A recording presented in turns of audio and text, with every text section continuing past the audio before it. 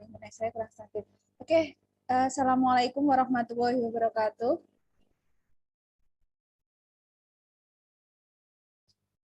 Waalaikumsalam warahmatullahi wabarakatuh. Ya, good morning everyone. How are you today?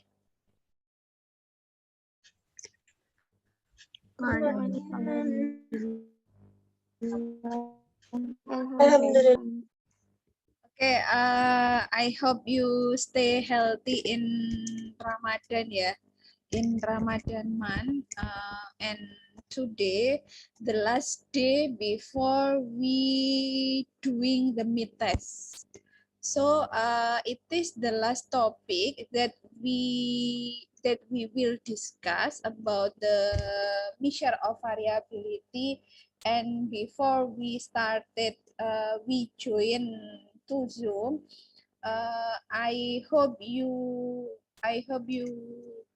read ya. I hope you read and understand the file topic that was uploaded in Elena. So in this session, we will discuss about the topic.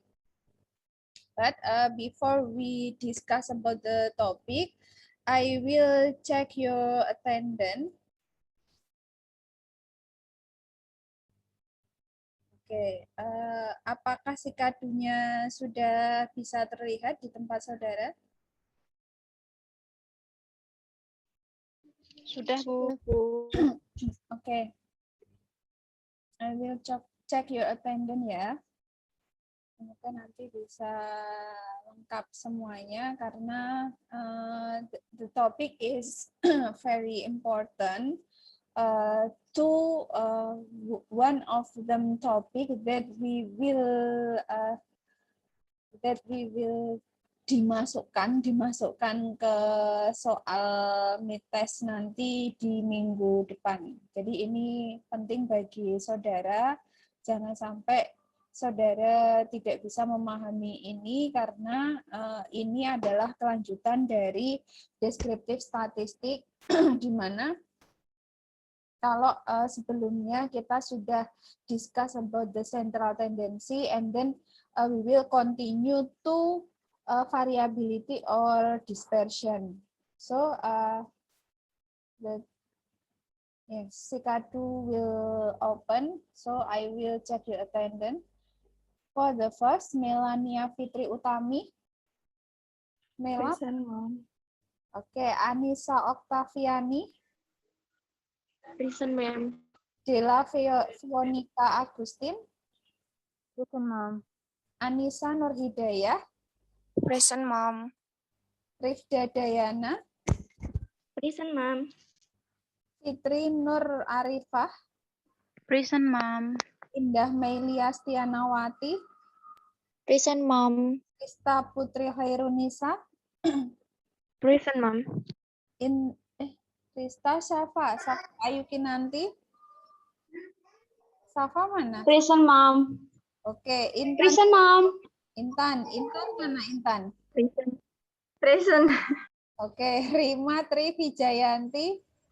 Present, ma'am. Gayu Okta Alfani. Gayu mana Gayu? Gayu belum join kah? Atau di chat room jangan-jangan? Present, Mom. Gayu ada. Firnanda Yofi. Hadir, Ma'am. Oke, Nur Syadiah. Present, Mom. Aura Putri Mahardika. Present, Mom. Aldila Aulia Wanjar. Present, Mom. Hana Amatasya. Present, Mom. Aulia Rizkyanandita. Aulia ada? Aulia Rizkyanandita. Ada. Present, mom. Fajar Adi Nugroho. Fajar. Hadir, Ma'am. Oke, for the last Rabiatu Jalo. Belum join ya ini ya, karena kita masih 20. Oke, bentar.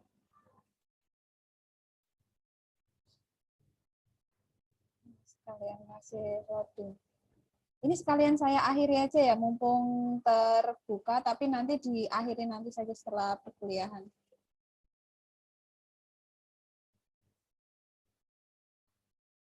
dispersion.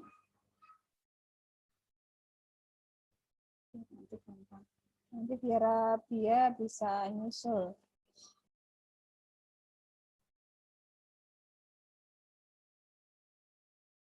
Internet saya malah nggak stabil ini.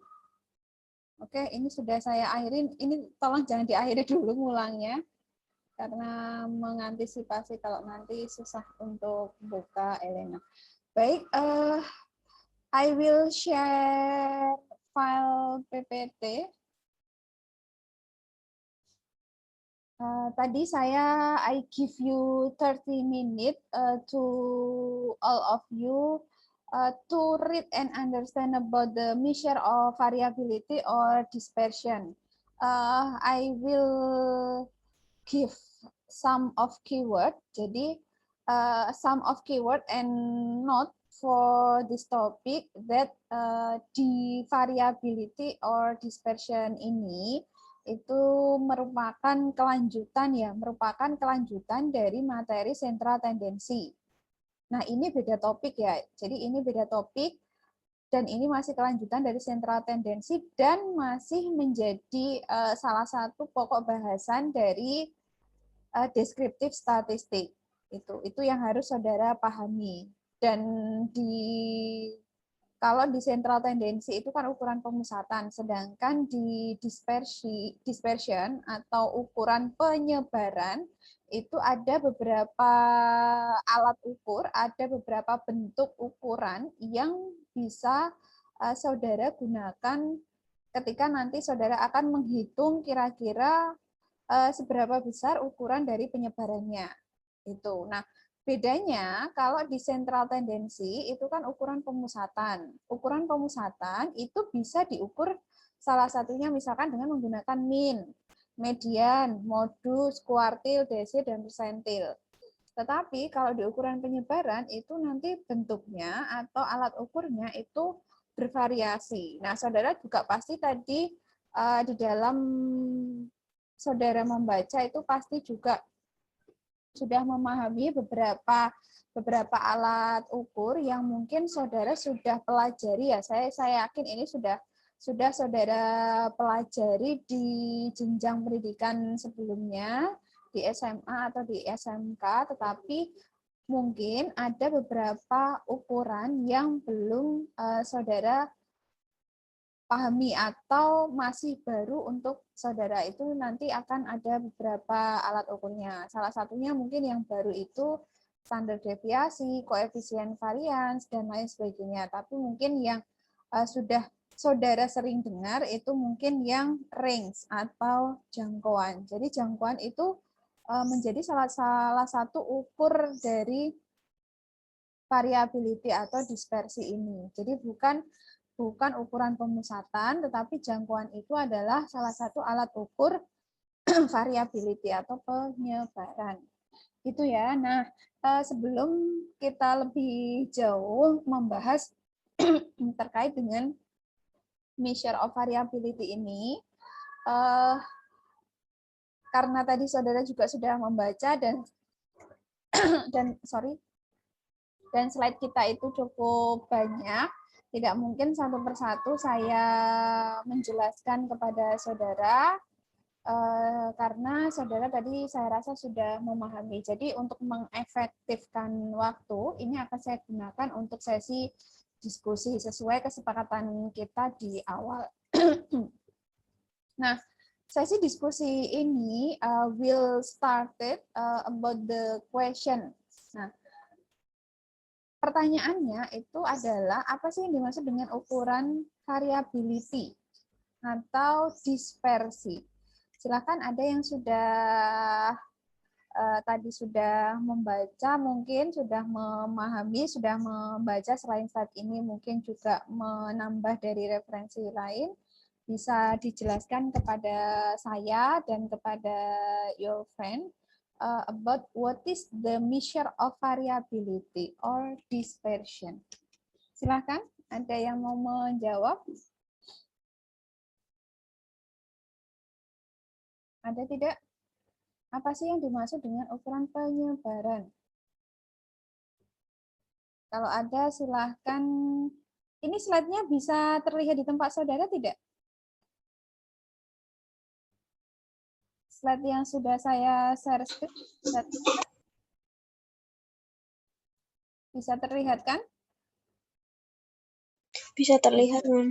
Oke, silahkan ada yang mau menjawab pertanyaan pertama, measure of variability atau dispersion. Berdasarkan dari pemahaman saudara.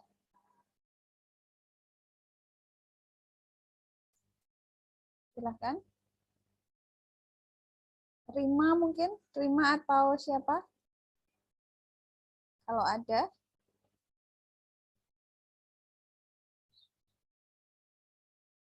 Ini tidak ada kah? Atau ini jangan-jangan belum dibaca? Sudah dibaca belum?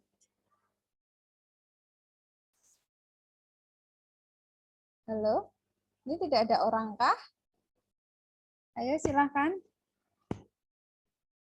Ini bisa dipahami nggak materi ini? Berdasarkan tadi yang sudah saudara baca. Silahkan bisa Rima atau siapa.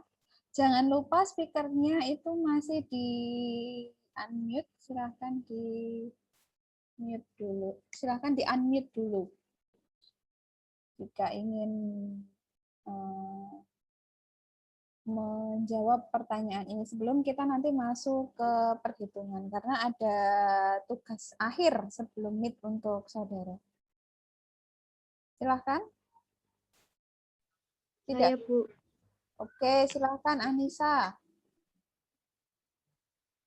Variability adalah ukuran yang mewakili penyebaran data yang diamati di sekitar main. Atau di buku saya itu ada pengertian dari dispersi atau ukuran penyimpangan adalah ukuran yang menyatakan seberapa jauh penyimpangan nilai-nilai data dari nilai-nilai sentralnya atau ukuran yang menyatakan seberapa banyak nilai-nilai data yang berbeda dengan nilai-nilai sentralnya. Gitu, Bu. Kalau di buku saya, kalau di PPT tadi sudah yang pertama. Oke, itu ya. Terima kasih Anissa Okta. Jadi yang dimaksudkan ukuran penyebaran itu benar apa yang disampaikan oleh Anissa bahwa kata kunci dari ukuran penyebaran itu adalah seberapa besar data-data itu menyebar dari data sentralnya. Jadi patokannya itu adalah data sentral atau min. Min-nya, rata-ratanya. Nah, nanti seberapa besar data-data yang saudara punya atau data yang ada itu menyebar di sekitar area sentralnya itu. Nah, itu yang dimaksud dengan ukuran penyebaran. Jadi, titik tolok ukurnya itu adalah rata-ratanya itu. Jadi, sentral tendensinya.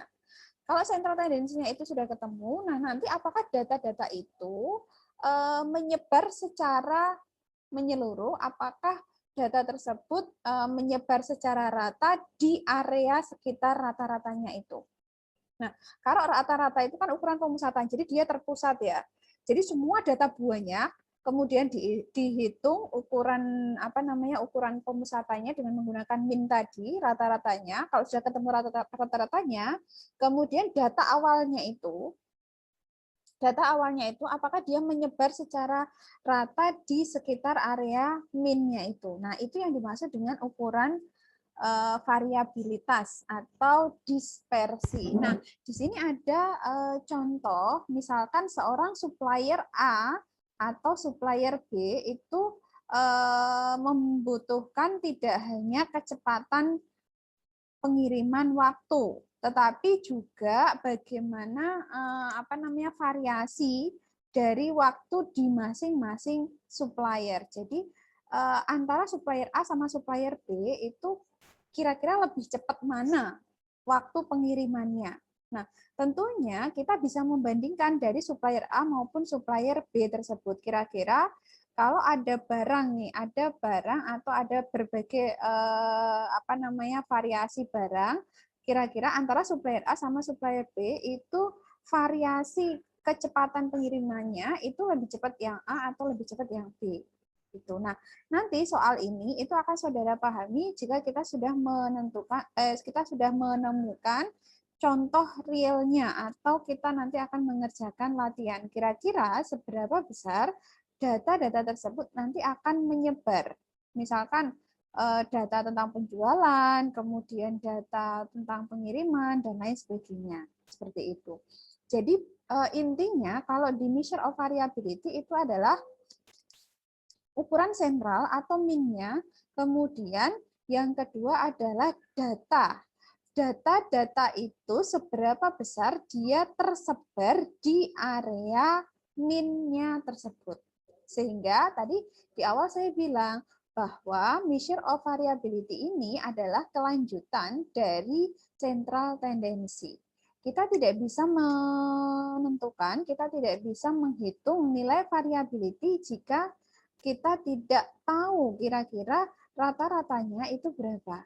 Karena formula dari rata-rata atau min tersebut itu nanti akan menjadi salah satu formula untuk menghitung salah satu ukuran dari variability. Jadi harus ketemu dulu minnya, baru nanti akan ketemu seberapa besar variability-nya. Seperti itu. Nah, ini saya langsung masuk saja ke nih. Kalau saudara perhatikan di gambar slide ke-6, misalnya saudara nanti bisa cek di file PPT saudara, ini kalau kita lihat gambar ini, itu dia punya min yang sama, dia punya center yang sama. Ini ya, kursor saya bisa terlihat ya. Jadi kan titik tengahnya, puncaknya, dia punya sama. Ini kan rata-rata.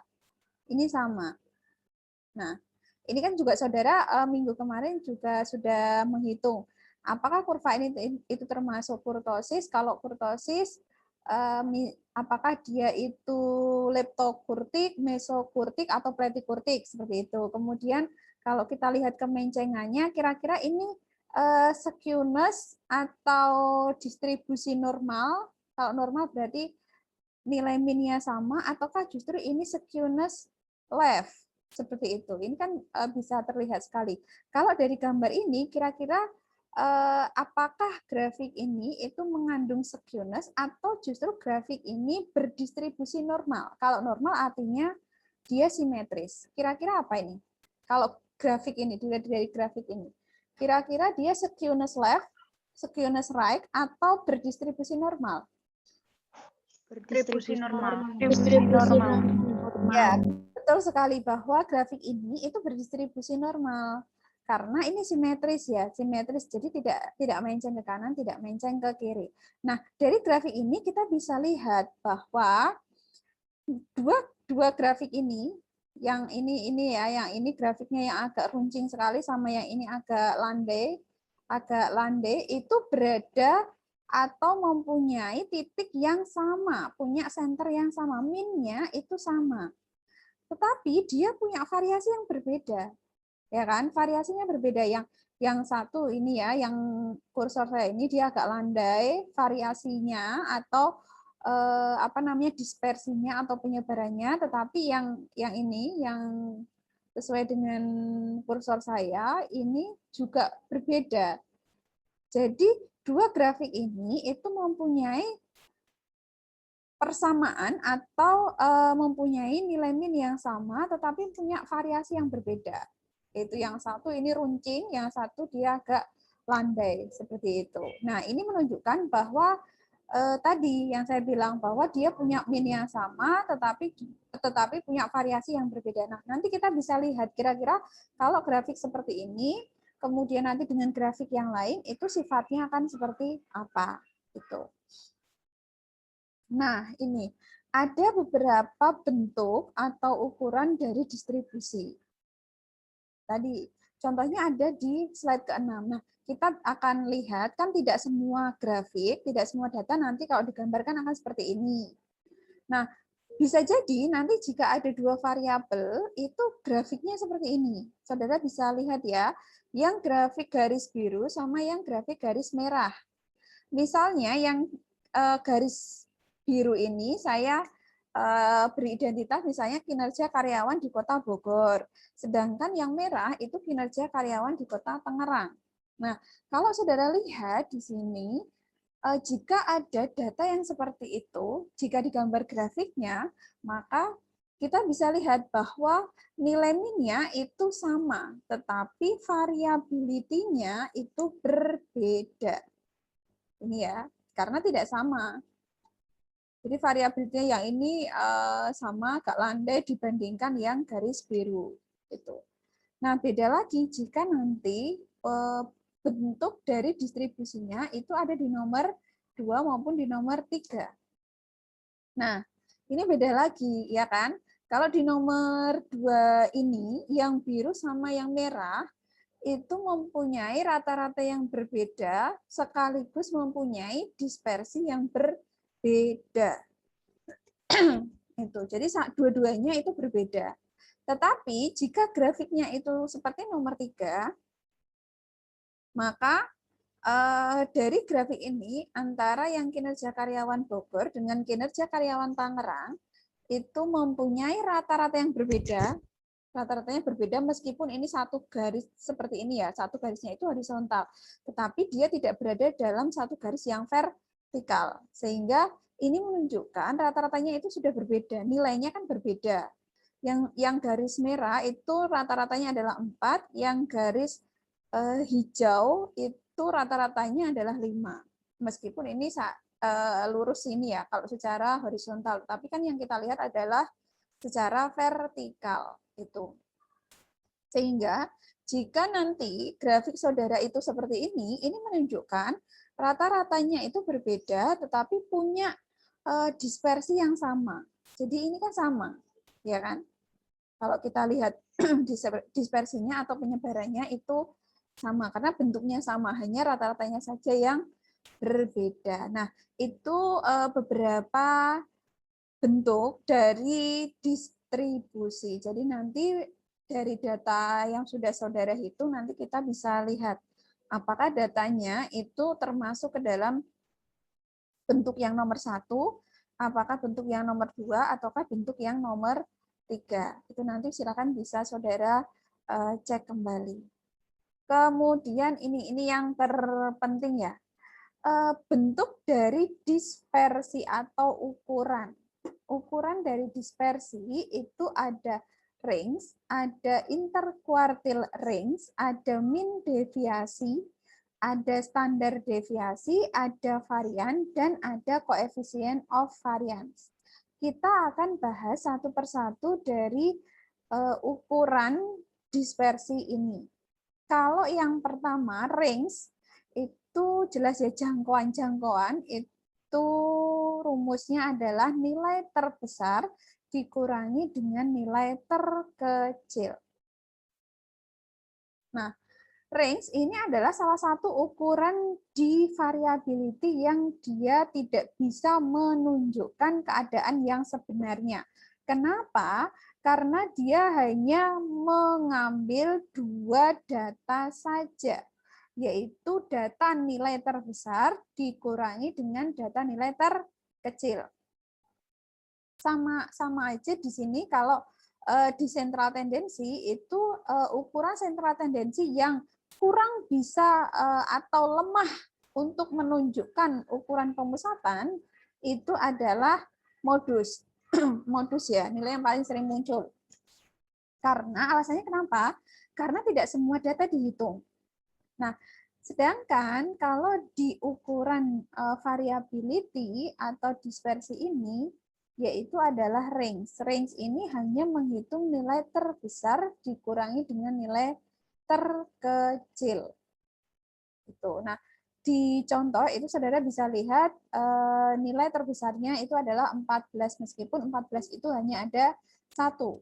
Kemudian nilai terendahnya itu adalah 1, sehingga range-nya atau jangkauannya itu 14 dikurangi 1, ketemu hasilnya 13. Nah, itu untuk range. Nah, ini nanti saudara bisa pelajari lebih lanjut. Kemudian yang kedua adalah interquartile range. Jadi kita di interquartile range itu adalah perbedaan antara kuartil ketiga dengan kuartil pertama. Kalau kuartil kedua jelas itu adalah min ya, rata-rata. Tetapi kalau interkuartil ring itu adalah perbedaan atau selisih antara kuartil ketiga dengan kuartil pertama. Karena 50%, berarti 50% dari data tersebut itu kan berarti nanti dia akan menjadi nilai tengahnya atau middle-nya ya, middle datanya. Berarti di situ 50% dari kuartil itu kan Q2 atau kuartil 2 gitu. Nah, interquartile range ini itu adalah salah satu juga selain range tadi, ini adalah salah satu ukuran yang sensitif sekali terhadap ekstrim data atau nilai ekstrim. Itu. Nah, saudara pasti bertanya-tanya apa sih yang dimaksud dengan nilai ekstrim? Nilai ekstrim itu adalah nilai yang jarang muncul atau data-data yang di situ jarang muncul atau selisihnya selain bukan jarang muncul ya, selisihnya itu ekstrim sekali. Contoh ini, contoh ilustrasinya seperti ini. Jadi data ekstrim atau dalam istilah statistik itu nilai ekstrim atau nilai pencilan. Nih, yang perlu saudara garis bawahi di situ adalah data ekstrim atau nilai pencilan. Itu contohnya seperti ini. Nanti saudara bisa definisikan sendiri ya. Jadi misalkan saya akan mengukur misalnya nilai statistika. Jadi nilai statistika dari 20 student ini itu berkisar antara 75 sampai 98. Itu kan jaraknya tidak terlalu jauh ya. Jadi ada yang 75, ada yang 80, ada yang 85, kemudian ada yang 90, ada yang 95. Tetapi dari 20 orang ini ternyata ada satu orang. Ada satu orang yang nilainya itu 30. Nah, 30, nilai 30 kemudian sampai ke 75 itu kan range-nya itu sangat jauh sekali. Selisihnya itu kan sangat jauh sekali. Ya kan? Nah, 30 itulah yang dimaksud dengan nilai ekstrim. Nah, di dalam interquartile range itu sangat sensitif sekali terhadap data-data yang ekstrim tersebut. Nah, kalau tadi berarti nilai 30 itu termasuk ke dalam ekstrim rendah. Ada juga yang nilai ekstrim tinggi atau nilai pencilan. Nilai pencilan tinggi. Misalkan gini, tinggi badan, ini saya tidak body shaming ya, misalkan ya, saya hanya memberikan contoh saja, tinggi badan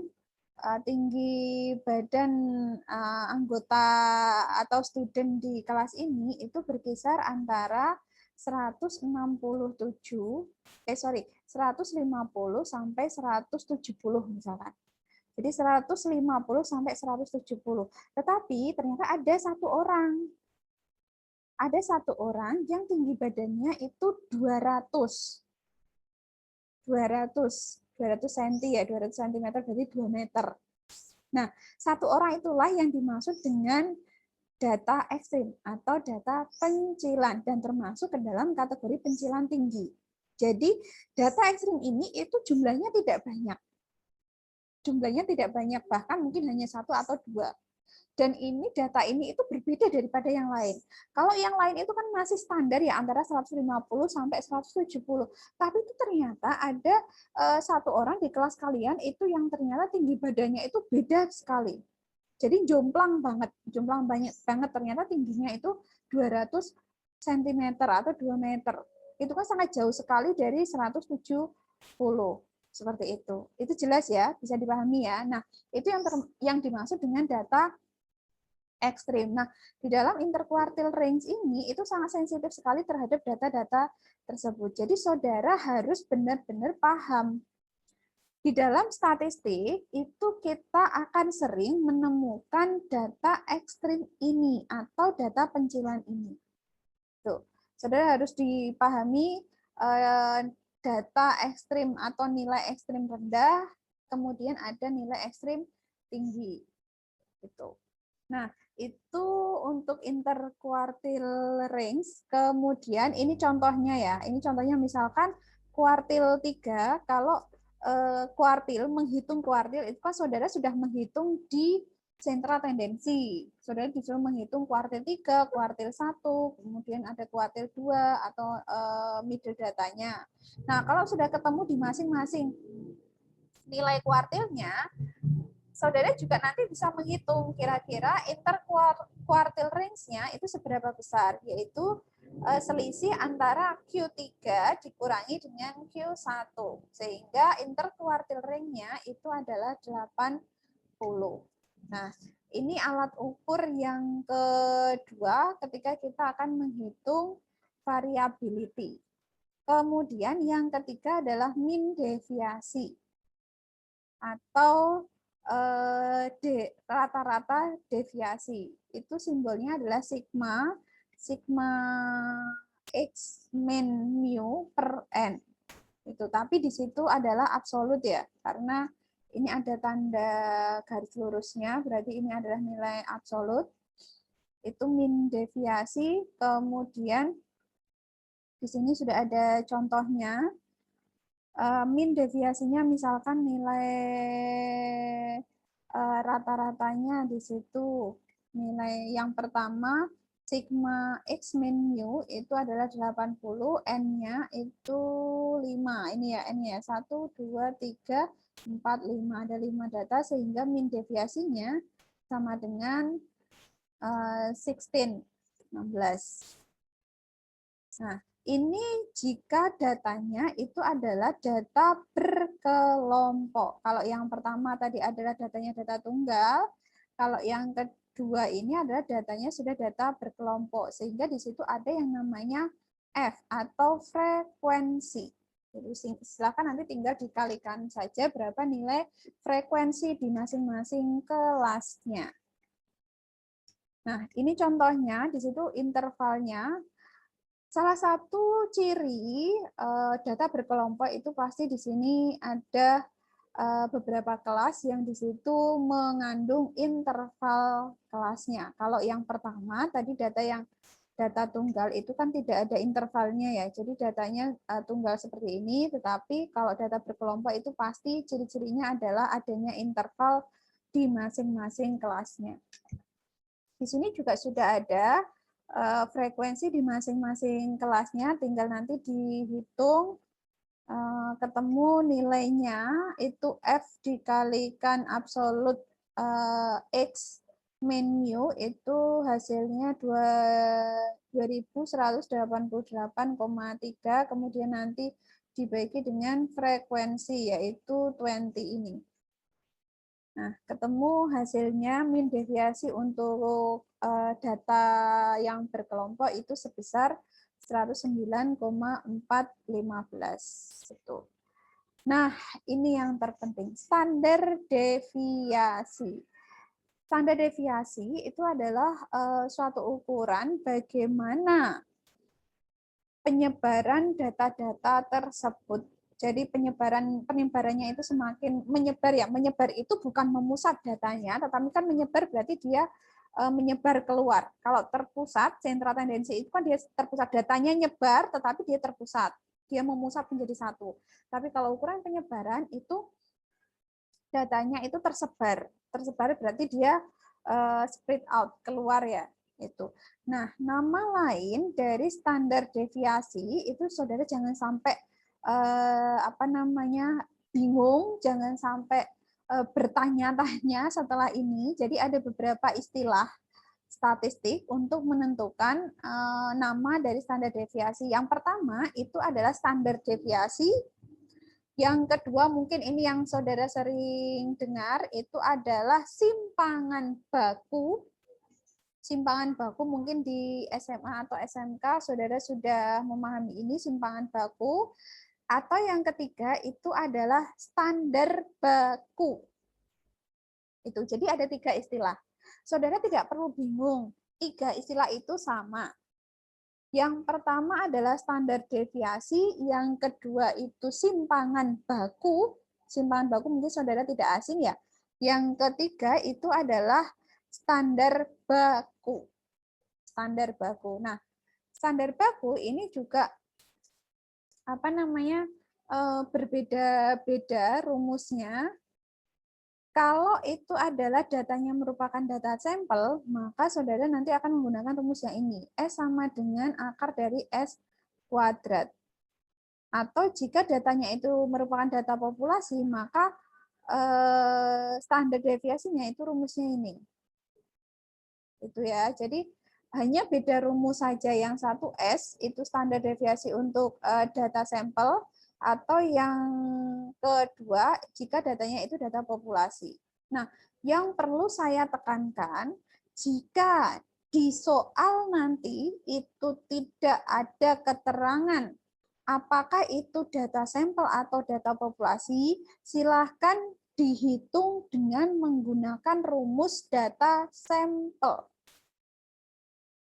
Itu karena asumsinya kalau di dalam statistik di data kuantitatif itu data-data tersebut itu merupakan data sampel. Kecuali jika di soal nanti itu ada keterangan ini merupakan data populasi. Silahkan dihitung menggunakan rumus yang dataset populasi. Tapi jika tidak ada keterangan apakah itu data sampel atau data populasi, silahkan gunakan rumus yang data sampel. Entah itu untuk standar deviasi ataukah entah itu untuk yang varians atau koefisien varians. Jelas ya sampai sini ya? Itu yang harus saudara pahami. Nah, standar deviasi ini merupakan rumusnya itu gampangnya adalah akar dari varians. Jadi ketika saudara menghitung standar deviasi, sebenarnya saudara itu sedang menghitung varians. Karena standar deviasi itu adalah akar dari varians. Jadi S itu adalah standar deviasi, S kuadrat itu adalah rumus untuk varians. Itu ya. Nah, nanti rumus varian seperti apa kita akan pahami lebih lanjut. Nah, ini varians.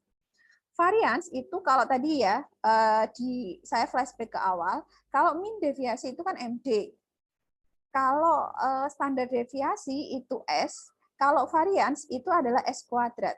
Nah, ketika di situ ada ada soal, saudara disuruh menghitung varians dan saudara disuruh menghitung standar deviasi, maka saudara harus menghitung terlebih dahulu variansnya. Setelah ketemu nilai variansnya, baru saudara bisa menghitung standar deviasinya. Tinggal di akar saja. S kuadrat itu tinggal di akar saja, nanti akan ketemu standar deviasinya. Seperti itu. Nah, ini juga berbeda rumusnya antara data sampel dengan data populasi. Silahkan hati-hati dengan rumus ini. Syaratnya itu masih berlaku. Jadi di ukuran penyebaran itu jika tidak ada keterangan soal itu merupakan atau data itu merupakan data populasi, silahkan dihitung menggunakan rumus data sampel. Berarti yang pertama. Oke, itu untuk yang varians. Kemudian, ini hanya beberapa ilustrasi saja untuk memudahkan perhitungan varians, karena di dalam varians ini salah satu rumusnya adalah saudara menghitung nilai min-nya atau rata-ratanya, sehingga penting bagi saudara itu untuk memahami sentral tendensi terlebih dahulu, terutama rata-rata, baru nanti saudara akan bisa memahami yang variability atau dispersi ini. Nah, ini min-nya, misalkan langkah pertama, karena step-stepnya itu saudara harus tahu dulu, saudara menghitung nilai min-nya atau nilai rata-ratanya, baru nanti saudara bisa menghitung variansnya. Oke, ini. Nah, di situ ketemu nilai variansnya itu 21,704, berarti S kuadratnya adalah 21704, 21,704, maka standar deviasinya itu tinggal di akar saja. Akar dari 21,704 ketemu hasilnya 147,32, tinggal nanti dibulatkan. Oke, itu ya. Ini standar deviasinya, rumusnya kalau mau dijabarkan seperti ini. Nah, ini kan sebenarnya kalau yang ini itu kan rumus dari varians ya. Ini tuh rumus dari varians. Makanya tadi saya bilang standar deviasi itu adalah akar dari varians. Silakan nanti dicatat ya. Standar deviasi itu adalah akar dari varians. Berarti ketika saudara menghitung standar deviasi, saudara sedang menghitung varians. Nah, di antara ukuran variability ini, standar deviasi itu yang paling sering digunakan dan paling bisa menunjukkan paling bisa menunjukkan penyebaran data secara keseluruhan. Kalau di sentral tendensi itu ada min itu adalah ukuran yang bisa menunjukkan ukuran pemusatan secara keseluruhan dari semua data. Kalau di measure of variability itu adalah central tendency, kalau di measure of variability itu adalah standar deviasi ini. Jadi standar deviasi ini yang paling sering digunakan untuk menunjukkan variasi atau penyebaran dari data-data yang ada. Nah, ini contohnya, kalau ini adalah berarti untuk data tunggal ya, standar deviasi untuk data tunggalnya.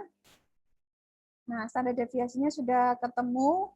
Nah, varian dan standar deviasi untuk data berkelompok itu sama, tinggal nanti pasti di situ kalau data berkelompok pasti ada interval dan pasti ada frekuensi. Untuk memudahkan dalam perhitungan, saudara lebih baik menggunakan tabulasi ya. Kalau pakai tabel itu akan lebih gampang. Nah, ini tugas, tapi bukan ini ya, bukan ini tugasnya, silakan nanti bisa dicoret-coret saja. Ini untuk latihan saja. Nah, yang selanjutnya adalah koefisien dari varian. Koefisien dari varian itu juga sama, antara rumus untuk data sampel dengan rumus data populasi itu berbeda simbol saja. Kalau data sampel itu berarti X bar itu adalah rata-rata sampel, kalau mu itu adalah rata-rata populasi. Ini bacanya mu ya, mu rata-rata populasi dikalikan dengan 100. Nah, rata-rata ini berarti saudara harus melihat sentral tendensinya atau ukuran pemusatan.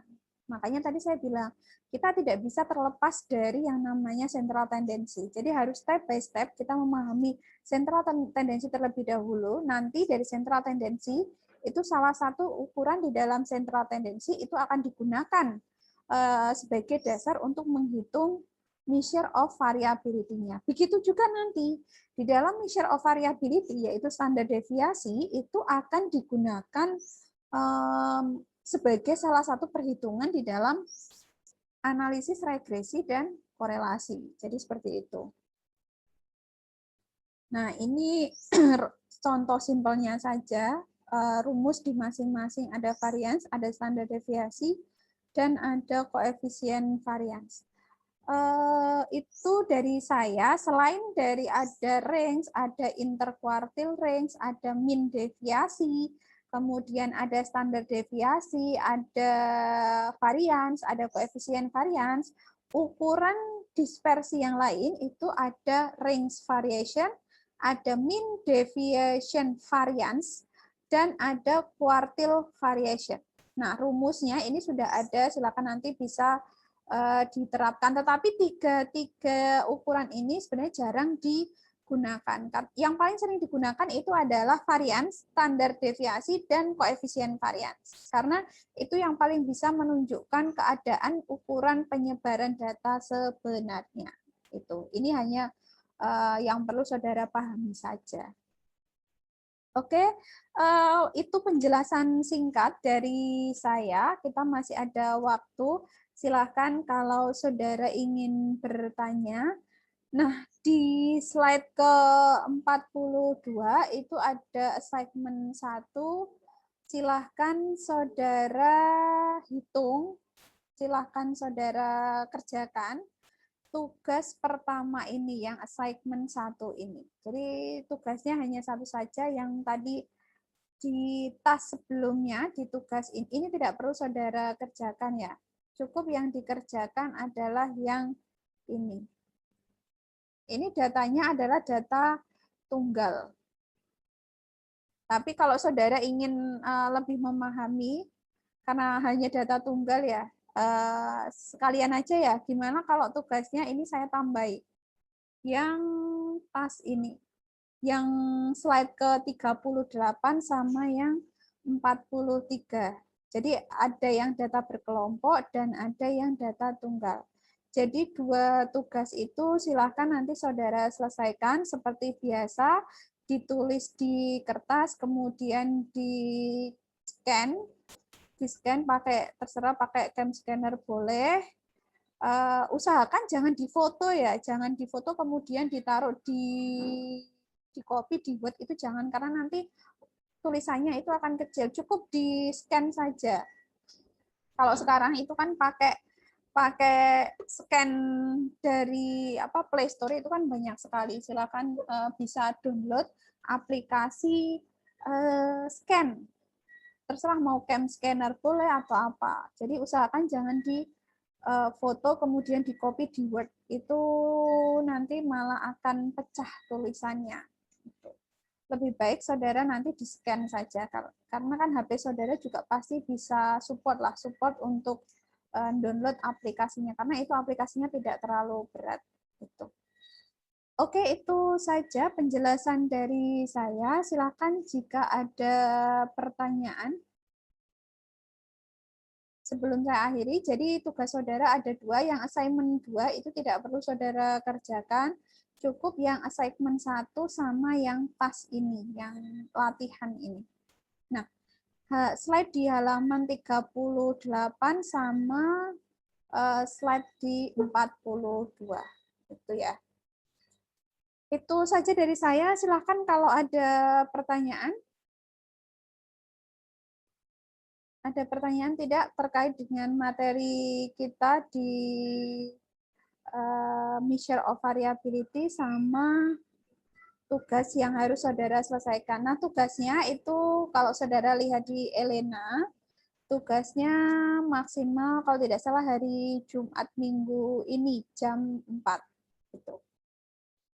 Jadi nanti kita masih ada waktu, kita bisa bahas tugas saudara.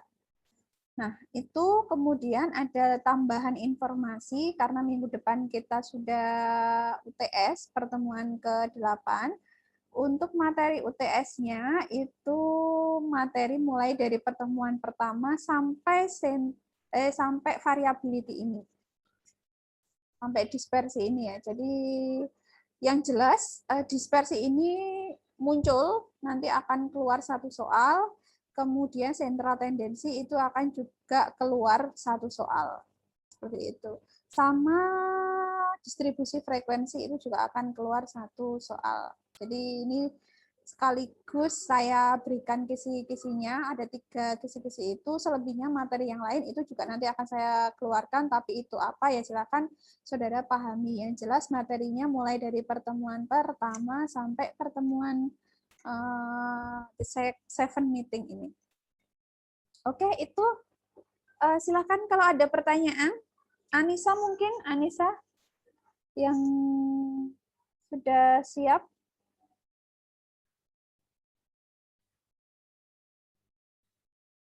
Ada? Bu, Ya. Bu Intan izin yang misalkan jadi soalnya itu kan data tunggal, berarti nanti rumusnya itu pakai yang sampel, tapi kalau misalnya data ganda itu berarti pakai yang populasi. Enggak, bukan seperti itu. Jadi kan tadi saya bilang bukan berarti kalau yang data tunggal itu pakai data sampel. Kemudian kalau datanya data berkelompok itu pakai data populasi, enggak. Silakan saudara pahami di keterangan ini itu kan tidak ada keterangan data tersebut merupakan data populasi atau data sampel, ya kan? Kalau di SMI 1 jelas ini, jelas sample of cells data. Berarti ini merupakan data sampel. Berarti saudara harus menggunakan rumus-rumus yang data sampel. Tetapi kalau yang di halaman 38, ini kan tidak ada keterangan apakah data ini merupakan data populasi atau data sampel. Berarti saudara harus menghitungnya dengan menggunakan data sampel. Dua-duanya itu menggunakan rumus data sampel. Karena tidak ada keterangan. Kalau di statistik itu asumsinya kita menggunakan sampel, bukan populasi. Data populasi itu nanti digunakan misal kalau saya itu pasti saya akan memberikan keterangan data ini merupakan data populasi atau data sampel itu. Tapi kan tadi saya menekankan kalau di soal tidak ada keterangan apakah itu data sampel atau data populasi, silakan gunakan data sampel. Itu jelas ya. Jadi bukan berarti Jelas, Bu. ini saya pertegas kembali, jadi bukan berarti kalau semua data yang di situ bentuknya adalah data per kelompok itu data populasi, enggak. Nanti kita setelah meet itu kita akan membahas apa sih yang dimaksud dengan populasi, apa yang dimaksud dengan sampel. Itu. Jadi semua data ini itu adalah merupakan data sampel. Di latihan-latihan yang saya berikan itu lebih banyak data sampel. Karena kalau kuantitatif itu biasanya yang digunakan adalah data sampel, bukan data populasi. Seperti itu. Oke, itu ya. Intan, sudah ada pertanyaan lagi, Intan? Sudah, Bu. Terima kasih. Oke, yang lain mungkin ada pertanyaan? Oke, kalau tidak ada pertanyaan, oh boleh. Nur Sadiah, silahkan. Bu, izin bertanya yang di slide 20. Oke, slide 20. Sebentar. Ini ya? Oke, ini. Ini ya? Ya, yang ini. Ya, Itu cara mencari yang di sampingnya F dikali X itu gimana, Bu? yang ini. Ya, yang 3 tuh. 1, 2, 3. Oke. Kan di sini sudah jelas ya. Yang pertama F itu adalah frekuensi. Frekuensi itu kan berarti datanya jumlahnya ada berapa. Ini merupakan data berkelompok ya. Kalau sudah dalam bentuk tabulasi kayak gini, itu merupakan data berkelompok. Ini saya bahas satu persatu dulu. Midpoint itu adalah nilai tengah. Pertama intervalnya dulu sudah ada. Midpoint-nya itu adalah nilai tengah. Nilai tengah itu adalah 303 dikurangi 160. Tengah-tengahnya ya, tengah-tengahnya bukan dikurangi ya. Tengah-tengahnya. Intinya 303, coba saudara nanti bisa hitung 303, nilai tengahnya berapa itu? Nah, kalau menghitung midpoint-nya ini, itu adalah 303 ditambah 160 dibagi 2. Atau sama aja sih, 160, coba saudara hitung ya, 160 ditambah 303. 463 ya dibagi 2 itu nilai tengahnya 231,5 begitu seterusnya ya. Nah ini frekuensinya, kemudian fx itu adalah berarti nilai f ini dikalikan dengan 231,5 dikalikan 2 463 begitu seterusnya. Nah, ini itu adalah rata-rata. X itu adalah rata-rata, nilai X-nya ini adalah rata-rata ini. Ya kan? Nilai rata-rata ini, rata-rata di masing-masing kelasnya atau midpoint ya. Nilai tengah bukan rata-rata ya. Ya rata-rata sih, rata-rata karena tadi dibagi 2 setiap masing-masing kelasnya. Ini 231,5, kemudian saudara pasti bingung, yang mu ini yang mana? Ya kan? Yang mu ini itu adalah yang mana coba? Yang mu. Yang mana kira-kira menurut saudara? Mu itu adalah rata-rata yang fx. Ya kah? Menurut saudara yang mana? Ini coba saya hitungkan ya, 231,5 dikurangi 46,3. Ternyata nggak sama. Nggak sama. Ayo. Nah, ini yang mana ini kira-kira? Rata-rata secara keseluruhan, yang mana kira-kira? Harusnya ini kan saudara sudah pahami di sentral tendensi yang sebelumnya. Ayo, yang mana? Kira-kira menurut saudara yang mana ini? Kalau yang ini absolut kan jelas. Kalau absolut itu tidak ada yang namanya positif, tidak ada yang namanya negatif. Jadi semua nilai kalau di sini ada absolut garis ini itu berarti ini semuanya positif. Kalau ini kan gampang. Sekarang cari mu-nya itu, mu yang ini itu diperoleh dari mana? Kira-kira diperoleh dari mana, ayo?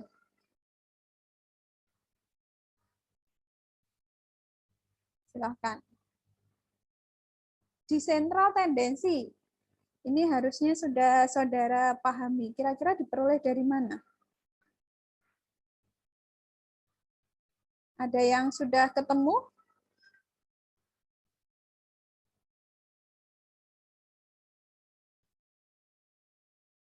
Ada yang sudah ketemu di catatannya? Sigma X bagi N. Sigma X dibagi N. Oke, sekarang saya hitungkan ya. Kan pasti mu-nya itu kan pasti sama. Sekarang saya hitungkan sigma X. Sigma X-nya berapa? Yang sudah saudara hitung. Yang ini ya. Ini coba saya copy dulu ke Excel. Sebentar, saya copy dulu. Kan tadi kita lihat, benar nggak? Karena ini harusnya saudara sudah selesaikan di sentral tendensi. Oke. Ini ya. Ini saya cari nilainya.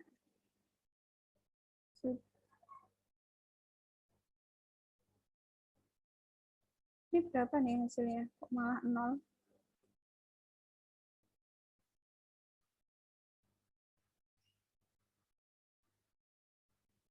Atau 100 nih, jangan 1000 ya.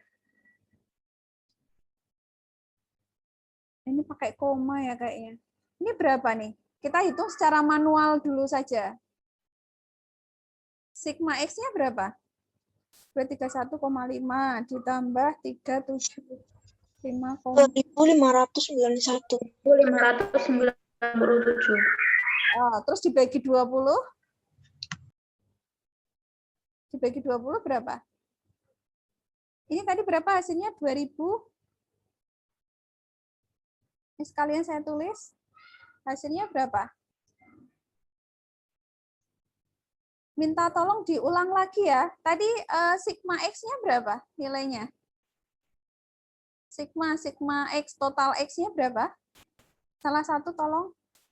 Tadi hasilnya berapa? 2597. Pas ya? Oke, dibagi 20 hasilnya 2597 dibagi 20. 129,85. 85. Kemudian 231,5. 129. Mu-nya tadi saya tulis di sini. Bentar, saya tulis manual dulu. Mu-nya tadi 129,85. Sekarang saudara kurangi coba 231,5 dikurangi 129,85. Sama nggak hasilnya? Sama nggak? Ayo. Tidak. Nah, caranya gimana? Yang benar yang mana? Ini datanya data berkelompok loh ya. Datanya data berkelompok.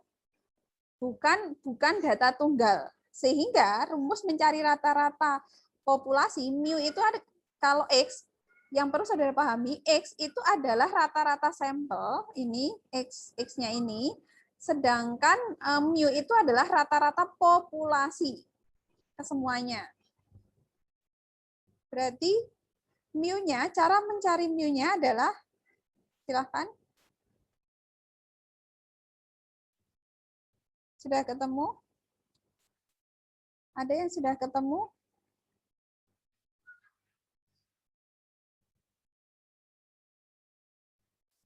Sambil saya sudah siapkan kalkulatornya, kalau sudah ketemu saya bantu hitung.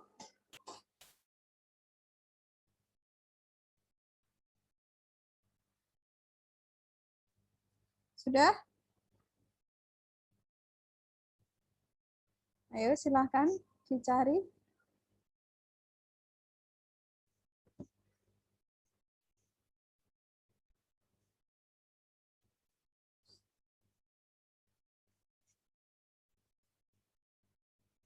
Yang jelas mu-nya itu pasti lebih besar ya. Kalau yang kelas pertama itu lebih besar. Sudah ketemu?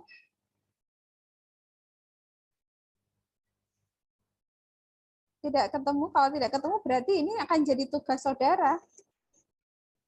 Karena harusnya ini sudah kita pelajari di sentral tendensi.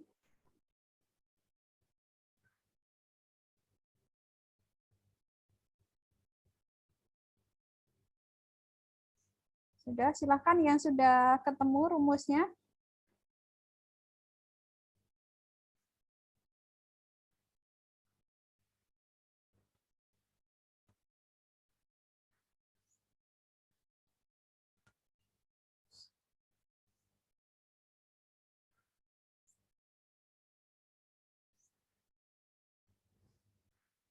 Sudah?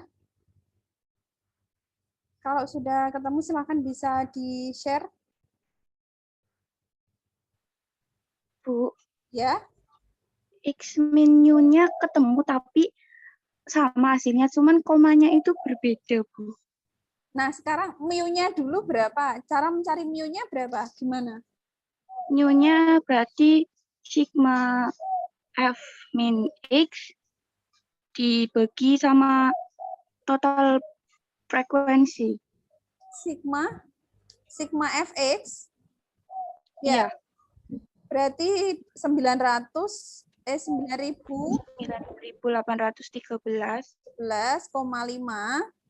ya kan? Iya. Bagi 20. Dibagi 20 ketemu hasilnya berapa? Hasilnya ketemu 490,67. 0,67 atau 0,7 lah ya. Kita bulatkan jadi satu angka di belakang koma ya. Biar sama. Berarti 490,7 benar ya? 490,7 dikurangi rumusnya X 231,5 dikurangi 490,7. Hasilnya berapa? Hasilnya sama. 259,2. Oke. Sekarang sudah tahu ya? Sudah tahu ya? Yeay. Oke, Sudah. ya.